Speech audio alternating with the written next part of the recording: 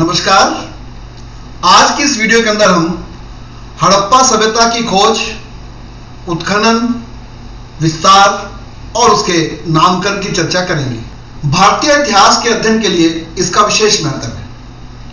किसी भी प्रतियोगी परीक्षा के लिए इसमें से जीके के महत्वपूर्ण प्रश्न बनते हैं, इंपॉर्टेंट प्रश्न बनते हैं। इतिहास विषय की तैयारी करने वालों के लिए, चाहे वो स्कूल की परीक्षाएं हो या विश्वविद्यालय की परीक्षाएं हो, यह एक महत्वपूर्ण विषय है। मुख्य रूप से यह इतिहास की समझदारी को गहरा करने वाला विषय है। इसको समझना जो है वो बहुत आनंददायक है। सर जॉन मार्शल, जो आर्कियोलॉजिकल सर्वे ऑफ इंडिया के महानिदेशक थे, उन्होंने द इलस्ट्रेटेड लंदन न्यूज, आप अखबार का चित्र देख सकते हैं, उसमें हड़प्पा सभ्यता की खोज की घोषणा की। आप उसका फ्रंट पेज को देखें जरा। ये जो घोषणा है ये अपने आप में काफी कुछ कहती है। पहले आप इसकी डेट को देखें। सितंबर 20, 1924 को ये जो है अखबार जो है, ये न्यूज़पेपर छपा था। और ऊपर देखो क्या लिखा है, anaglyphs and wonderful Indian archaeological discoveries. वृत्त चित्र किसके? अद्भुत भारतीय जो पुरातात्विक खोजों के। अब आप नीचे देखिए इसको, ये the and Indian Terence and Mycenae, ये दोनों चीजें क्या है? टेरेंस जो है और माइसिनी, ये प्राचीन यूनान की सभ्यता के दो प्रमुख केंद्र हैं। मतलब अब ये एक, आप यहां पे देखें, तुलना की जा रही है। जो ये स्रोत मिल रहा है, जिसकी घोषणा की जा रही है, इसकी तुलना की जा रही है प्राचीन यूनान की सभ्यता से। और उसको क्या कहा जा रहा है कि ये जो शहर है दोनों, हड़प्पा और मोहनजोदड़ो, इसको इंडियन टेरेंस और माइसिनी कहा जा रहा है। और आगे देखिए क्या लिखा है, आ फॉरगॉटन एज रिवील्ड, यानी एक जो भूला जा चुका समय था उसको फिर से प्राप्त किया गया। आप इस तस्वीर को देखें, ये मोहनजोदड़ो से प्राप्त तस्वीर है उस समय की, और समय बताया जा रहा है 2000 वर्ष पूर्व। अब आपके मन में क्वेश्चन आना चाहिए कि ये 2000 कैसे तय किया गया? फिर इसको बौद्ध स्तूप कहा जा रहा है, स्थान मोहनजोदड़ो बताया जा रहा है। अब इस स्थान को देखें, ये प्री हिस्टोरिक यहां पे शब्द यूज हो रहा है। इतिहास से पहले का की इमारतें, मोहनजोदड़ो की तस्वीर है, ये खुदाई से पहले की या कुछ खुदाई इसकी जो हो चुकी है उस समय की तस्वीर है। टीला है ये वहां का। अब ये एक श्राइन कहा जा रहा है, मंदिर मोहनजोदड़ो के अंदर। उसमें ये जो है ईंटों का फर्श लगा हुआ है, साइड में जो है ईंटों की दीवार है, और पानी के निकासी का जगह है ये। आप इस तस्वीर में देखें, दीवार के अंदर ये इस प्रकार से दीवार के अंदर जो है एक कोई चीज होल्ड करने के लिए बनाया गया है। इसको ग्रेव कहा जा रहा है। 3 फुट लंबी जो है ये कब्र, दीवार के अंदर कब्र का जो है हमें ये अवशेष मिल रहा है। वो तीनों तस्वीरें जो है, पहली जो तस्वीरें थी तीनों, वो मोहनजोदड़ो की थी। ये तस्वीर जो है हड़प्पा की। अब इस खोज का क्या महत्व है? ये भारतीय इतिहास लेखन के लिए एक महत्वपूर्ण चरण बन गया। अब इतिहासकारों के लिए अध्ययन का नया क्षेत्र खुल गया। इतिहास की व्याख्या को जो है नया आधार मिला। इससे पहले प्री हिस्टोरिक काल का कोई अवशेष नहीं मिलता है। अब वैदिक सभ्यता से अलग एक सभ्यता का पता चला। अब तक आर्य सिद्धांत के अनुसार जो भारतीय सभ्यता है उसका आरंभ जो है वेदों से या आर्यों से माना जा रहा था। मतलब वैदिक काल से पहले का काल प्रकाश में आया। इससे क्या हो गया, जो भारत का इतिहास है वो 3000 वर्ष पुराना हो गया। इस बात सामने आई कि जो हड़प्पा सभ्यता है ये यूनान, मिस्र और मेसोपोटामिया जैसी विश्व की प्राचीनतम सभ्यताएं जो थी उसके समकालीन थी। यानी अब भारत का जो इतिहास है वो प्राचीन सभ्यताओं के समकालीन हो गया। इससे क्या हुआ कि जो पहले जो क्षेत्र, जो एरिया ब्लैंक थे, खाली थे, वहां पे टीले थे। अब उनकी खुदाई का कार्य शुरू हुआ। परिणाम स्वरूप एक विशाल सभ्यता का क्षेत्र उभरा और बहुत सारी सूचनाएं उपलब्ध होने लगी, जो अब भी हो रही हैं। अब इससे क्या हुआ, जो प्राचीन स्थल थे उनकी सूची लंबी होती चली गई और इसमें अंतरराष्ट्रीय रुचि भी बढ़ती चली गई।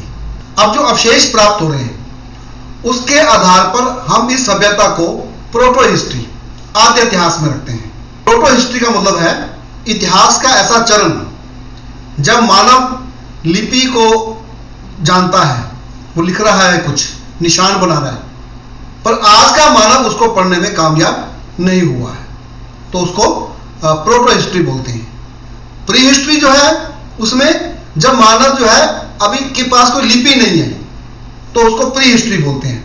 तो जो हमें अवशेष प्राप्त हो रहे हैं उन अवशेषों के अनुसार जो है ये प्रोटो हिस्ट्री में हम इसको रख रहे हैं।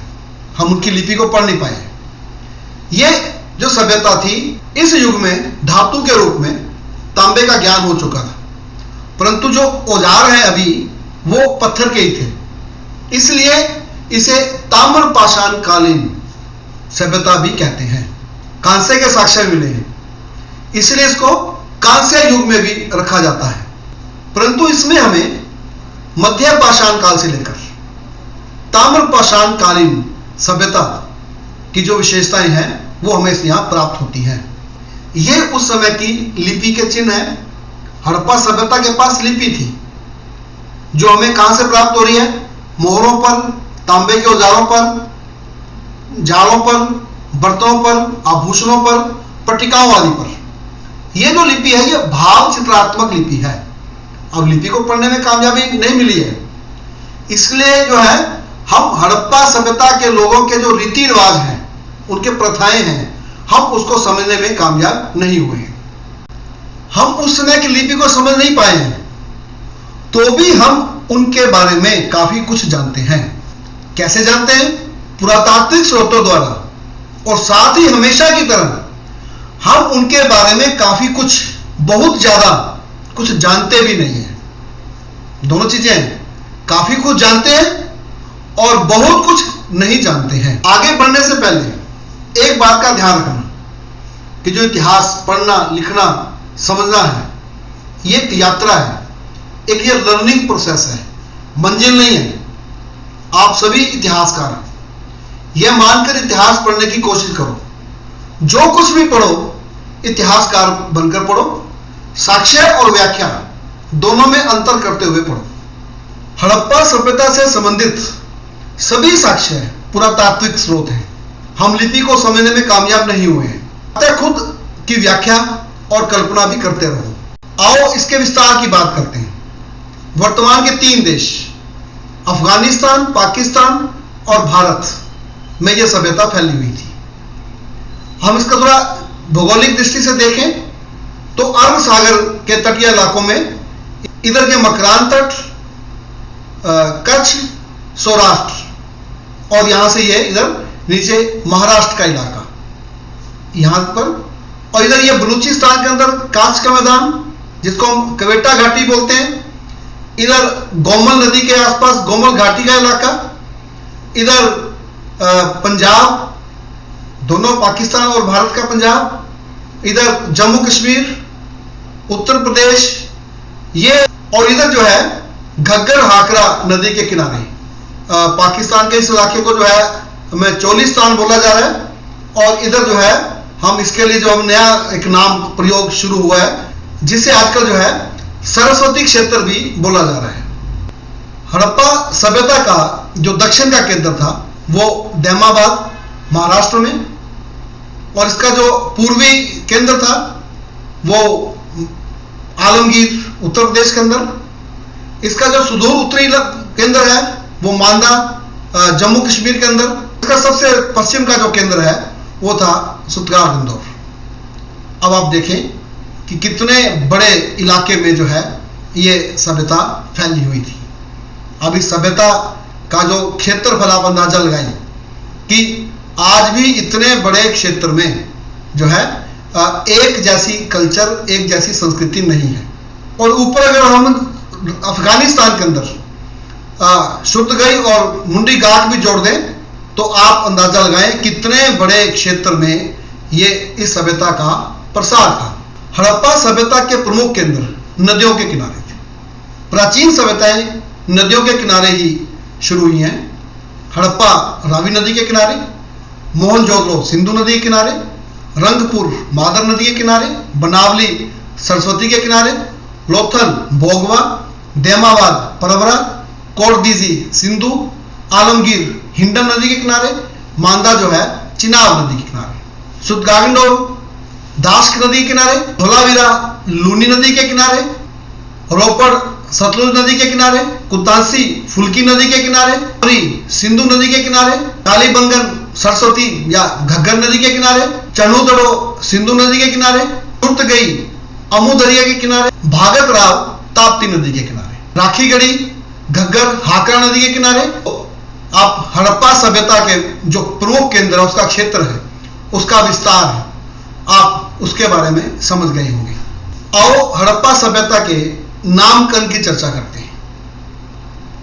सिंधु घाटी की सभ्यता, सिंध सभ्यता, हड़प्पा सभ्यता, सरस्वती सभ्यता, इन नामों से इसको जाना जाता है। सबसे पहले जॉन मार्शल ने इसे हड़प्पा सभ्यता के नाम से पुकारा था। शुरू के अंदर जो है, जो इस सभ्यता के केंद्र थे वो सिंधु घाटी तक में ही मिलने शुरू हुए। अब जो भौगोलिक विस्तार था उसका, उसी को संकेत के रूप में जो है प्रयोग किया गया और इसे सिंधु सभ्यता या सिंधु घाटी की सभ्यता कहा गया। वैसे भी नदियों के नाम पर इन प्राचीन सभ्यताओं का नाम रखना की ये परंपरा शुरू से रही है। अब हड़प्पा जो सभ्यता को, जो अब हड़प्पा रावी नदी के किनारे है तो उसको जो है रावी संस्कृति, गंगा के किनारे गंगा संस्कृति, सिंधु संस्कृति, सरस्वती संस्कृति, हाकरा संस्कृति, ये नाम जो है नदियों के नाम पर दिए गए हैं। दुनिया के दूसरे हिस्सों से भी उदाहरण लिए जा सकते हैं। जैसे मेसोपोटामिया की सभ्यता को दजला फरात घाटी की सभ्यता, मिस्र की सभ्यता को नील घाटी की सभ्यता, चीन सभ्यता को जो है पिल्ली नदी की सभ्यता के नाम से भी पुकारा जाता है। अब इसके बाद क्या हुआ? राजस्थान, गुजरात, हरियाणा, पंजाब, कश्मीर आदि स्थानों से भी जो है प्राचीन स्थल, बस्तियां, उनके अवशेष प्राप्त हो रहे हैं। अब भौगोलिक पहचान जो सिंधु घाटी के नाम पर बनाई गई थी, अब वो पर्याप्त नहीं थी। अब इसका नाम जो है सभ्यता के खोजे गए जो पहला स्थल था उसके नाम पर कर दिया गया, हड़प्पा के नाम पर कर दिया गया। अब पुरातात्विक साहित्य में किसी भी अज्ञात संस्कृति का नामकरण उस स्थल के नाम पर कर दिया जाता है जहां पहले पहल उसे पहचाना जाता है। अब हड़प्पा सभ्यता यानी हड़प्पा से प्राप्त अवशेषों पर आधारित संस्कृति। अब ये जो संकेत है ये गैर भौगोलिक संकेत करता है। इसे हम जो है हड़प्पा सभ्यता के नाम से ही संबोधित करते हैं। अब हाकरा नदी, जिसे सरस्वती नदी के साथ आइडेंटिफाई किया जाता है, वहां से इस सभ्यता के सबसे ज्यादा स्थल मिले हैं। अब इसलिए जो है कुछ पुरातत्वविद इस सभ्यता का नाम जो है वो सरस्वती सभ्यता के नाम से संबोधित करते हैं, परंतु इस एज्यूम्शन को जो है ज्यादा मान्यता नहीं मिली है। आइए इसके खोजने की कहानी और उत्खनन पर चर्चा करते हैं। सबसे पहले 1826 ईस्वी में चार्ल्स मैसन हड़प्पा गांव में आया था और उसने यहां किसी प्राचीन स्थल के होने की बात कही थी। 1834 ईस्वी में बर्नेस ने सिंधु किनारे किसी किले के खंडर होने की संभावना जताई थी। यानी दोनों स्थल 1826 में हड़प्पा और 1834 में मोहनजोदड़ो। अब कनिंघम, अब इस नाम को आपने ध्यान रखना है, इसे भारतीय पुरातत्व विज्ञान का पिता कहा जाता है। यह 1861 के अंदर जो स्थापित भारतीय पुरातत्व सर्वेक्षण था उसके पहले सर्वेयर थे। बाद में 1871 में लॉर्ड मेयो ने जब एएसआई का पुनर्गठन किया तो कनिंघम जो है उसके पहले महानिदेशक, डायरेक्टर जनरल बने। उन्होंने 1853 ईस्वी में हड़प्पा की यात्रा की थी। उन्हें लगा था कि ये जो स्थल है इसका पुरातात्विक महत्व है। अब स्रोतों का नुकसान, इसी समय जो है, जो ये काल है 1853 के बाद, ये लाहौर से कराची के बीच रेलवे लाइन बिछाने का काम चल रहा था। अब ये जो काम है ब्रंटन बंधुओं के पास था। अब इस काम के लिए ईंटों की आवश्यकता थी जो हड़प्पा के टीले से ली जाने लगी। इससे पहले भी स्थानीय लोग घरेलू प्रयोग के लिए यहां से ईंटें ले जाते थे। इस स्थान के महत्व के बारे में जब कनिंघम को बताया गया तो वो फिर दूसरी बार फिर 1856 ईस्वी को फिर इस स्थान पर आया और इस स्थान की उसने सीमित खुदाई भी करवाई।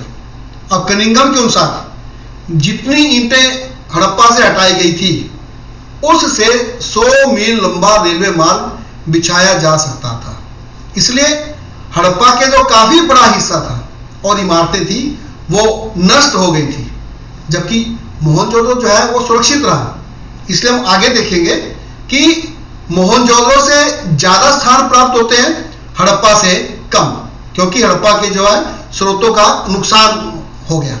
1921 को दयाराम साहनी ने हड़प्पा और 1922 को राखाल दास बनर्जी ने मोहनजोदड़ो की खुदाई करवाई। अब भारतीय पुरातत्व सर्वेक्षण के तत्कालीन महानिदेशक सर जॉन मार्शल, जो 1902 से 1928 तक इस पद पर रहे, उन्होंने इसमें विशेष रुचि ली और 1924 को इलस्ट्रेटेड लंदन न्यूज जो एक साप्ताहिक थी उसमें नई सभ्यता की खोज की घोषणा की।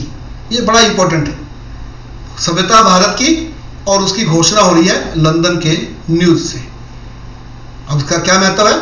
इसका महत्व है कि ये सारी दुनिया को ये बात बताई जा रही है, ये दुनिया की घोषणा थी। अब सारे विश्व के जो इतिहासकार हैं, पुरातत्वविद हैं, उनमें से खलबली मच गई। हमने इस जो घोषणा है इसकी चर्चा पहले हमने की थी। हड़प्पा सभ्यता से जो साक्ष्य प्राप्त हुए उनकी अलग अलग विद्वानों ने व्याख्या की है, उसका कालक्रम निर्धारित किया गया है, सांस्कृतिक विभाजन या विशेषताएं जो हैं उसकी पहचानी गई है, जिनका जो है हम अगली वीडियो में चर्चा करेंगे। आप चैनल को सब्सक्राइब करें ताकि अगली वीडियो का नोटिफिकेशन जो है आपको प्राप्त हो। वीडियो आपको कैसी लगी आप कमेंट बॉक्स में लिखें और वीडियो को लाइक जरूर करें। आपका धन्यवाद।